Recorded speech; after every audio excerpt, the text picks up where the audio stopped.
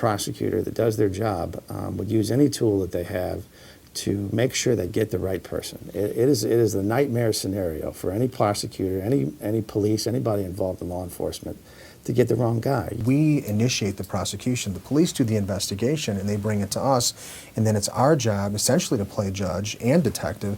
Do we think we have enough evidence? But when the claim is made, we give them an opportunity to take either a polygraph or voice stress, computer voice stress, and then from that we do this de novo review with a veteran supervising prosecutor. De novo means?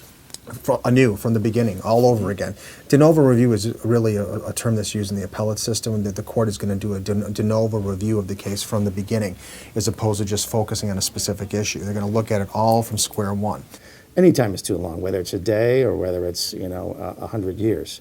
But by putting the actual innocence concept at the forefront of the prosecution process, rather than at a post-conviction, rather than waiting for someone to be found guilty, to be sentenced to prison, and to be sitting in prison for a crime they did not commit, to then have that case later reviewed and overturned, that to me is substantially more awful than this process where we take the time up front. Crossing those two bridges I always talk about, the first bridge, is he good for it? The second bridge, can we prove it beyond a reasonable doubt? There's already quite a threshold there, and that you're constantly challenging the case and making sure that the prosecution is just and that we are justly convicting the guilty. But if someone makes that claim, even if you may be very suspicious of it, if it's made in complete bad faith, for example, someone's charged with retail theft and it's on the camera, them doing it, or they're charged with a shooting and the convenience store camera in high definition has them pointing the gun